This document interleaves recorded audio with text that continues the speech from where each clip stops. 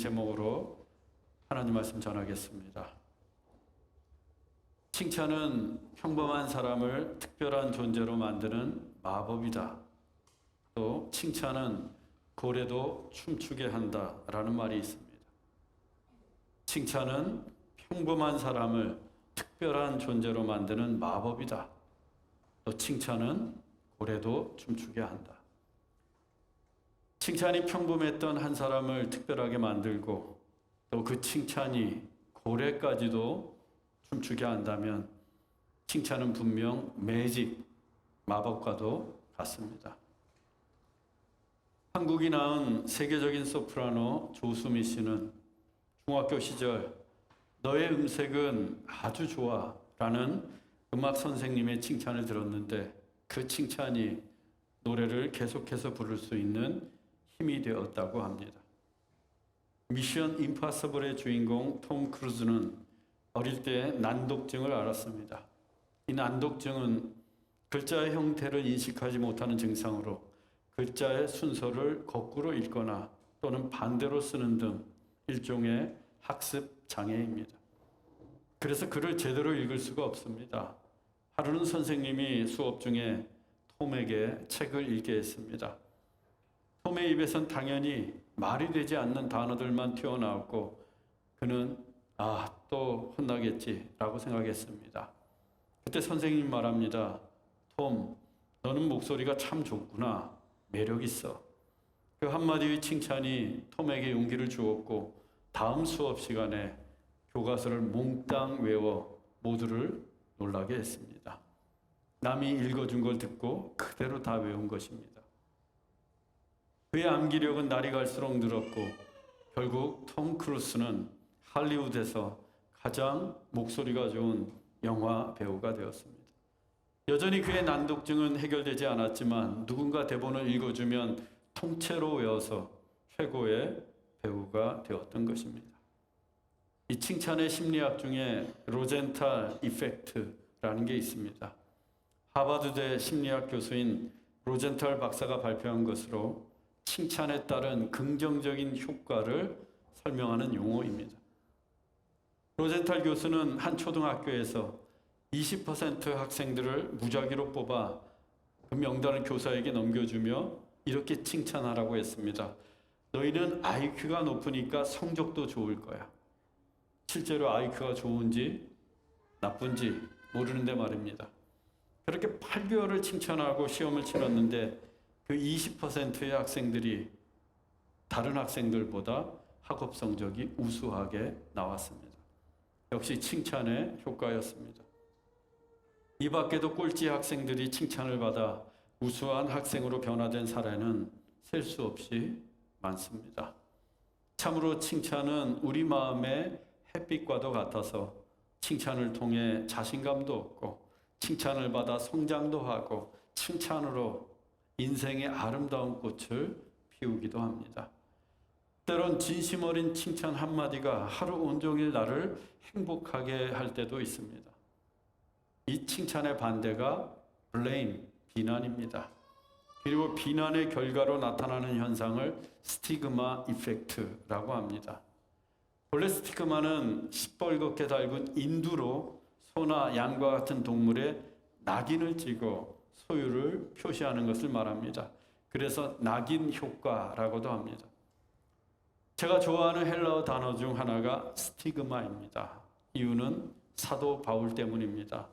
사도 바울이 내 몸에 예수의 흔적을 지니고 있노라 라고 고백했는데 이때 흔적으로 번역된 헬라어가 바로 스티그마, 낙인입니다. 예수님을 인생의 주인으로 자기 몸에 스티그마, 낙인을 찍었다는 거예요. 참으로 멋진 신앙 고백입니다. 저는 제 몸에도 예수님의 흔적, 스티그마를 새기고 싶습니다. 그런데 심리학에서 이 스티그마는 부정적인 의미로 사용되고 있습니다. 편견이나 비난 또는 고정관념에 의해서 부정적인 낙인이 찍히면 실제로 그 행태가 나쁜 쪽으로 변해가는 현상이 스티그마 이펙트이기 때문입니다. 즉, 한번 나쁜 사람으로 낙인이 찍히면 점점 더 나쁜 행동을 보이거나 부정적인 인식이 지속되는 경우가 있다는 거예요. 그래서 첫인상이 좋아야 한다는 말이 있지 않습니까? 가령 범죄를 저지른 사람에게 너는 전과자야 라고 비난하고 낙인을 찍으면 그에게 범죄자의 아이덴티티, 정체성이 형성되어서 또다시 범죄를 저지를 가능성이 높다는 통계도 있습니다. 또 어린 자녀에게 지속적으로 바보야 라고 비난하면 그 아이가 진짜 자기가 바보인 줄 인식하면서 결국 자신의 잠재적인 능력을 발휘하지 못한 채 성장할 수 있다고 경고합니다. 비난이 칭찬과는 정반대의 결과를 낳았습니다. 여러분은 칭찬에 후한 편이십니까? 아니면 주로 비난하는 편입니까? 내가 하는 말 중에 칭찬과 비난 중 어느 쪽이 많습니까? 예수님은 오늘 우리에게 비판하지 말라라고 말씀하십니다. 본문 37절입니다. 비판하지 말라, 그리하면 너희가 비판을 받지 않을 것이요. 예수님은 비판하지 말 것을 당부하셨습니다. 그래야 우리도 비판을 받지 않기 때문입니다. 바꾸어 말씀드리면 남을 비판하면 그 비판으로 우리 역시 비판을 받게 된다는 의미입니다. 세상에 어떤 사람이 비판받는 걸 좋아하겠습니까? 따라서 내가 비판받고 싶지 않다면 비판하지 말라는 겁니다. 그렇다면 여기에서 이런 질문이 제기됩니다. 교회에 해를 끼치고 성도들에게 상처를 주는 행위에 대해서도 비판하지 말아야 할까? 거짓말을 밥 먹듯이 하고 그 거짓 때문에 피해를 입는데도 불구하고 우리는 비판을 유보해야 할까? 사회의 부조리와 악습에 대해서도 그저 침묵하고 비판을 삼가해야 할까? 등과 같은 질문입니다. 예수님께서 비판하지 말라고 하셨으니까 어떠한 경우에도 비판을 금해야 할까요? 여러분은 어떻게 생각하십니까? 비판하지 말까요? 위대한 문학가였던 톨스토이는 모든 일에 대해 비판하지 말아야 한다고 주장했습니다. 심지어 법정에서의 재판도 금해야 한다고 했어요. 톨스토이는 그 어떠한 비판도 또 법에 의한 판단까지도 예수님께서 금하신 것으로 이해했던 겁니다. 과연 우리는 모든 비판을 금해야 할까요? 사법부의 판단까지도 잘못된 것일까요? 그렇지 않습니다. 글을 쓰는 데는 누구보다 탁월했던 톨스토이였지만 예수님의 말씀을 오해했습니다. 왜? 불의하고 악한 일에 대한 비판을 유보하는 것은 결코 성경의 가르침이 아니기 때문입니다. 세례 요한은 바리새인들을 향해 이 독사의 자식들아 라고 비판했고 예수님도 서기관과 바리새인들에게 뱀들아 독사의 새끼들아 너희가 어떻게 지옥의 판결을 피하겠느냐 라며 비판하셨습니다. 사도 바울 역시 교회를 어지럽히는 교인들에 대해서 심한 비판을 가했습니다. 고린도전서 5장 1절로 2절입니다. 너희 중에 음행이 있다함을 들으니 그런 음행은 이방인 중에서도 없는 것이라. 누가 그 아버지의 아내를 취하였다 하는도다. 그리하고도 너희가 어찌하여 통한이 여기지 아니하고 그 일 행한 자를 너희 중에서 쫓아내지 아니하였느냐. 바울은 고린도 교인 중 일부가 행한 음행, 곧 아들이 아버지의 아내를 취한 음행, 아마도 스텝마더를 범한 음행인 것 같습니다. 아무리 스텝마더라고 해도 그와 같은 음행은 이방인들도 행치 않는 아주 추악한 것이라고 바울이 비판했습니다. 또 그런 음행을 저지른 자를 어찌하여 교회 공동체에서 내쫓지 않았느냐고 재차 비판을 가했습니다. 오늘날 개신교회는 저절로 생겨난 게 아닙니다.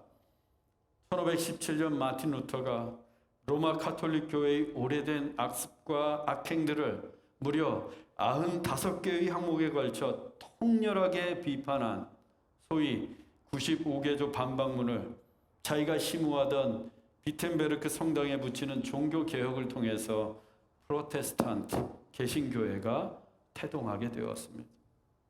만일 루터의 비판이 없었다면 종교 개혁도 없었고 오늘날의 교회도 존재할 수 없었을 것입니다. 이처럼 성경과 교회의 역사는 모든 일에 대해서 비판을 금했던 것이 아닙니다. 교회를 혼란스럽게 하고 공동체를 무너뜨리고 예수님을 대적하는 악의 세력들에 대해서는 오히려 신랄하게 비판하고 있음을 알게 됩니다. 만일 교회가 이와 같은 일에 대해서도 침묵하고 비판하지 않는다면 그 교회는 시대를 이끌어가는 선지자의 사명과 세상을 새롭게 하는 복음의 생명력을 잃어버리게 됩니다. 그렇다면 예수님이 금하신 비판은 무엇일까요? 예수님은 어떤 비판을 금하신 것일까요? 우리말 비판으로 번역된 헬라어가 크리노입니다. 이 크리노는 단순한 평가나 비판이 아니라 이기적이고 공격적인 비난을 뜻합니다. 이기적이고 공격적인 비난. 예를 들어 인신공격하는 듯 비난하는 것을 말합니다. 상대의 인격을 무시하고 무자비하게 비난하는 겁니다. 또 상대의 약점과 허물을 들추어내고 험담을 하고 떠들어대면서 그 사람에게 상처를 입히는 비난이에요. 이 같은 비난은 공동체를 바로 세우거나 불의를 제거하기 위한 비난이 결코 아닙니다. 건설적인 비판이 아니에요. 한 사람의 인격에 상처를 주고 무너뜨리려는 파괴적인 비난일 뿐입니다. 우리는 누구나 예외 없이 존귀한 인생입니다. 여러분 옆에 계신 분들은 다 하나님께서 하나님의 형상대로 지으셨고 또 하나님이 우리를 구원하시기 위해 예수님을 십자가에 내어주셨습니다. 혹 내가 미워하고 비난했던 그 사람은 하나님께서 천하보다 귀하게 여기시는 인생이라는 거예요. 이 사실을 깨닫는다면 우리는 인격을 모독하거나 파괴하는 무분별한 비난을 가할 수 없습니다. 레위기 19장 16절 말씀입니다. 너는 내 백성 중에 돌아다니며 사람을 비방하지 말며 내 이웃의 피를 흘려 이익을 도모하지 말라. 나는 여호와이니라. 하나님은 우리에게 돌아다니면서 남을 비방하지 말라고 하십니다. 돌아다니면서 험담하지 말라는 거예요. 그 비방과 험담이 자칫 이웃에게 피를 흘리게 할 만큼 큰 상처와 아픔을 줄 수 있기 때문입니다. 물론 사람은 누구나 실수하고 잘못할 수 있습니다. 또 그 실수와 잘못에 대해서 비판할 수도 있어요. 하지만 그 사람의 인격까지 비방해서는 안 됩니다. 인터넷상에서 자기의 이름은 감춘 채 누군가를 향해 악성 메일을 보내고 악성 댓글을 다는 사람들이 있어요. 그 내용을 보면 한 사람의 인격을 짓밟고 파괴하려는 악의적인 의도가 다분합니다. 이런 일을 당한 사람들 중 일부는 정신적인 충격과 극심한 스트레스를 해소하고 불안장애, 공황장애, 우울증 등을 앓거나 심한 경우 스스로 목숨을 끊기도 합니다. 얼마나 허망하고 안타까운 일입니까? 예수님께서 바로 이 같은 비난을 금하신 것입니다. 또 예수님이 금하신 비판은 부당하고 거짓된 비난입니다. 부당하고 거짓된 비난. 확실치 않은 소문을 가지고 비난하는 겁니다. 누가 그러는데 뭐라 하더라. 그러면서 증거도 없는 내용을 가지고 비난합니다. 더 나아가서 없는 일을 꾸며내서 거짓으로 비난하는 사람들도 있습니다. 거짓말로 비방하고 모함으로 피해를 입히는 중상모략이 그것입니다. 저도 한동안 당해봐서 아는데 이때처럼 억울한 일이 없습니다. 예수님 당시에 바리새인들이 그러했어요. 귀신이 들려서 앞을 보지 못하고 말도 못하게 된 사람이 있었습니다. 그의 친구들이 그 귀신 들린 사람을 예수님께 데리고 와서 고쳐달라고 간청을 했어요. 예수님은 즉시 귀신을 내어 쫓으시고 그를 고쳐주셨습니다. 이제 볼 수도 있고 말도 하게 되었어요. 그래서 사람들이 다 놀라워하면서 예수님을 향해 이같이 말합니다. 이는 다윗의 자손이 아니냐. 다윗의 자손은 메시아, 그리스도를 뜻합니다. 귀신을 쫓아내고 이적을 행하시는 예수님을 보고 그들은 그리스도가 오신 게 아닐까라고 생각했던 거예요. 예수님을 알아본 겁니다. 바로 그때였습니다. 무리들 중에 끼어있던 바리새인들이 이같이 말합니다. 마태복음 12장 24절입니다. 바리새인들은 듣고 이르되 이가 귀신의 왕 바알세불을 힘입지 않고는 귀신을 쫓아내지 못하느니라.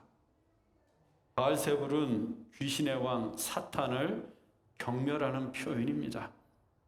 예수님께서 귀신이 들려서 앞을 보지 못하고 말도 못하는 이를 고쳐주셨다면 당연히 칭송을 받으셔야 합니다. 그런데도 바리새인들은 예수님이 귀신의 왕 사탄의 힘을 입어서 귀신을 쫓아냈다라고 거짓된 비난을 가합니다. 한 인생을 불쌍히 여기시고 은혜를 베푸셔서 귀신을 쫓아내고 고쳐주셨는데 바리새인들은 거짓을 일삼고 예수님을 비난합니다. 그런데 생각해 보세요. 바알세불이 귀신의 왕이라면 귀신 같은 편이잖아요. 같은 편을 내쫓는다? 이게 앞뒤가 맞지 않는 억지 비난이었습니다. 이 같은 바리새인들의 거짓된 비난에 대해 예수님은 내가 하나님의 성령을 힘입어 귀신을 쫓아냈다라고 하시면서 이같이 말씀하셨습니다. 마태복음 12장 32절입니다. 누구든지 말로 인자를 거역하면 사하심을 얻되 누구든지 말로 성령을 거역하면 이 세상과 오는 세상에서도 사하심을 얻지 못하리라. 성령의 능력을 바알세불의 힘이라고 말로써 거짓 비난한 바리새인들에게 예수님은 이 세상과 오는 세상에서도 사하심을 얻지 못할 것이라는 무시무시한 심판의 말씀을 하셨습니다. 여러분, 이 말로 하는 비난, 특히 거짓말로 하는 비난은 반드시 더 큰 부메랑이 되어서 내게로 돌아옵니다. 거짓은 반드시 드러나기 마련이고 진실은 언젠가는 밝혀지기 때문이에요. 거짓말로 남을 비난하고 비방하는 것 절대로 해서는 안 될 일입니다. 예수님이 금하신 또 다른 비판은 외식하는 비판입니다. 외식하는 비판은 한마디로 위선적인 비판을 뜻합니다. 본문 41절 2절입니다. 너는 내 눈 속에 있는 들보를 보지 못하면서 어찌하여 형제에게 말하기를 형제여 나로 내 눈 속에 있는 티를 빼게 하라 할 수 있느냐. 외식하는 자여 먼저 내 눈 속에서 들보를 빼라. 이 외식하는 자들이 위선자들입니다. 위선자들은 자기 형제의 눈 속에 있는 티를 보고 비판을 가합니다. 티가 어떤 겁니까? 아주 작은 먼지에 불과합니다. 눈을 뜨고 자세히 볼 때에만 보이는 게 티끌, 작은 먼지입니다. 그런데 그 티끌과도 같은 아주 작은 잘못을 지적하고 비난하는 사람들이 바리새인들이었어요. 이 같은 비난의 목적은 자기의 의를 드러내기 위함이었습니다. 형제의 티끌과도 같은 잘못을 비난함으로써 자기 자신의 의를 자랑하려는 목적입니다. 그런데 문제는 이 바리새인들이 자기 눈에 있는 들보가 있는데도 보지 못한다는 겁니다. 들보가 뭡니까? 석가래예요. 아주 커다랗습니다. 대단히 큰 거예요. 눈을 작게 떠도 대번에 보이는 게 들보입니다. 그런데 그걸 보지 못해요. 아니 보지 않는 겁니다. 눈을 감고 못 본 척하는 거예요. 그래서 예수님이 그들을 외식하는 자, 위선자라고 질타하신 것입니다. 원래 바리새인들은 신실한 사람들이었어요. 바벨론 포로 생활을 마치고 이때 땅에 돌아왔을 때 제대로 신앙생활하겠다고 마음먹고 말씀대로 살려고 몸부림쳤던 이들이 바리새인들이었습니다. 그래서 하나님의 말씀을 기호로 삼고 이마에도 표를 붙이고 하루에 3번씩 기도하고 일주일에 2번씩 금식하면서 열심히 신앙생활했습니다. 그런데 그 열심이 그들을 삼켰어요. 어느 날부터인가 그 열심이 자기들의 내 자랑이 되고 말았습니다. 그러다가 어느 날부터는 열심히 믿는 척 말씀대로 사는 척만 합니다.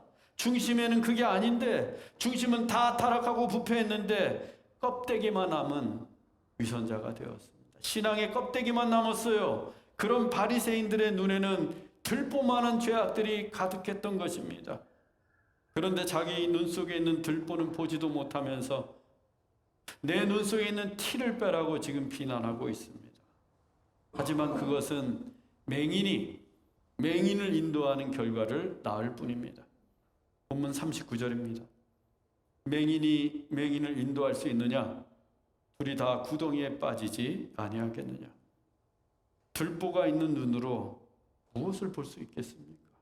내 눈 안에 들보가 가득한데 들보에 막혀서 무엇인들 제대로 볼 수가 있겠습니까? 맹인과 다를 바가 없습니다. 그 눈을 가지고 아무리 그럴싸한 비판을 한다고 한들 맹인을 인도하는 꼴이 되어 결국 다 구덩이에 빠질 뿐입니다. 예수님은 바로 이 같은 비판들, 즉 거짓되고 악의적이고 이기적이고 위선적이며 무분별하고 무자비한 비난을 금하신 것입니다. 예수님이 금하신 이 비판들은 결코 가벼운 비난이 아닙니다. 대단히 심각한 죄악입니다. 거짓되고 악의적이고 이기적이고 위선적이며 무분별하고 무자비한 비난은 다 죄예요. 그래서 이 같은 비난은 어떠한 경우에도 하지 말아야 합니다. 인디언 속담 중에 그 사람에 대해 알려면 그 사람의 신발을 신고 오리를 걸어보라고 합니다. 그 사람에 대해 알려면 그 사람의 신발을 신고 오리를 걸어보라. 다른 사람의 신발을 신고는 오래 걷지 못합니다. 운동화만 신던 사람이 뾰족 구두를 신고 한번 걸어보세요. 단화만 신던 사람이 하이힐을 신고 한번 걸어보세요. 어렵습니다. 그만큼 어려운 게 다른 사람의 입장을 아는 거예요. 그런데 그 헤아림이 없이 스냅샷만 보고 겉모습만 보고 한마디만 듣고 비난한다? 그게 죄라는 겁니다. 본문 38절입니다. 너희가 헤아리는 그 헤아림으로 너희도 헤아림을 도로 받을 것이니라. 우리가 누군가를 헤아리면 그 헤아림으로 우리도 헤아림을 받게 됩니다. 그런데 중요한 것은 우리가 도로 받게 되는 헤아림은 사람에게서, 내가 헤아렸던 상대방에게서 받는 게 아니에요. 왜? 그 상대방은 침묵할 수도 있기 때문입니다. 나의 헤아림에 대해서 반응하지 않을 수도 있어요. 그렇다면 우리는 누구로부터 그 헤아림을 받는 것일까? 하나님에게서 받는 겁니다. 우리가 누군가를 악의적으로 비난하고 헤아렸다면 하나님께서 그 헤아림으로 우리를 헤아리십니다. 우리가 헤아렸던 그대로, 우리가 비난했던 그대로 하나님이 나를 헤아리신다는 거예요. 얼마나 두려운 말씀입니까? 그런데도 우리는 쉽게 남을 비난하고 뒷담화하고 왕따까지 시킵니다. 이 왕따는 한 사람을 단체로 악의적으로 비난하는 대단히 심각한 범죄입니다. 그런데도 오죽이나 왕따가 많으면 학교나 사회에 왕따를 금하는 부서가 있고 또 법도 만들었어요. 사람들이 왜 이렇게 쉽게 남을 비난하는 것일까요? 왜 이렇게 제멋대로 비난을 남발하고 있는 것일까요? 사랑이 없기 때문입니다. 사랑이 메말랐기 때문이에요. 사랑이 차갑게 식어버렸기 때문입니다. 사랑하지 못하니까 비난하는 거예요. 사랑할 시간에 악담을 퍼붓는 겁니다. 이혜인 수녀의 시 한 편을 읽어드리겠습니다. 제목, 내 속에 사랑이 없었기 때문입니다. 내 마음이 메마를 때면 나는 늘 남을 보았습니다. 남이 나를 메마르게 하는 줄 알았기 때문입니다. 그러나 이제 보니 메마르고 차가운 것은 남 때문이 아니라 내 속에 사랑이 없었기 때문입니다. 오늘 나는 내 마음밭에 사랑이라는 이름의 씨앗 하나를 떨어뜨려 봅니다. 내 속에 사랑이 없을 때 비난이 쏟아져 나옵니다. 내가 누군가를 비난하고 있다. 그러면 내 속에 사랑이 없구나라고 깨닫기 바랍니다. 사랑은 허다한 죄를 덮는다고 했습니다. 사랑이 메말라버린 내 마음밭에 오늘 사랑의 씨앗을 심는다면 우리는 비난을 거두고 사랑하게 될 것입니다. 그리고 사랑하게 되면 그 사랑이 나에게로 돌아옵니다. 그 사랑의 헤아림으로 하나님께서 우리를 사랑하시기 때문입니다. 본문 38절입니다. 주라, 그리하면 너희에게 줄 것이니 곧 후이되어 누르고 흔들어 넘치도록 하여 너희에게 안겨주리라. 예수님이 주라 라고 말씀하십니다. 사랑을 주라는 말씀이에요. 그러면 예수님께서 우리에게 주신다고 하십니다. 사랑을 주신다는 뜻이에요. 그것도 후히 주시고 눌러서 주시고 흔들어 넘치도록 우리에게 안겨주시겠다고 말씀하십니다. 사랑하는 형제자매 여러분, 이 세상이 얼마나 분주하고 바쁘게 돌아갑니까?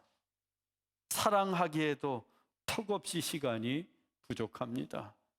쓸모도 없는 비난을 하느라 그 소중한 시간을 허비하지 마시고 우리 뜨겁게 사랑하십시다. 사랑하고 또 사랑하십시다. 사랑에 눈이 멀어서 칭찬만 하는 교회가 되십시다. 그래서 우리를 후이되어 누르고 흔들어 넘치도록 축복하시는 하나님의 사랑을 경험하는 우리 모두가 되기를 주 예수 그리스도의 이름으로 축원합니다. 기도하겠습니다. 사랑의 하나님, 이제 비판을 멈추고 칭찬을 하고 비난을 거두고 사랑만 하게 하옵소서. 성도들의 장점만 볼 수 있는 눈을 주시고 우리 마음밭에 사랑의 씨앗으로 풍성하게 하옵소서. 뜨겁게 사랑하는 교회, 진실로 사랑하는 교회가 되기를 원합니다. 그래서 하나님이 후이되어 누르고 흔들어 축복하시는 좋은 씨앗교회 모든 성도들 되게 하옵소서. 길이요 진리요 생명이신 예수 그리스도의 이름으로 기도하옵나이다. 아멘.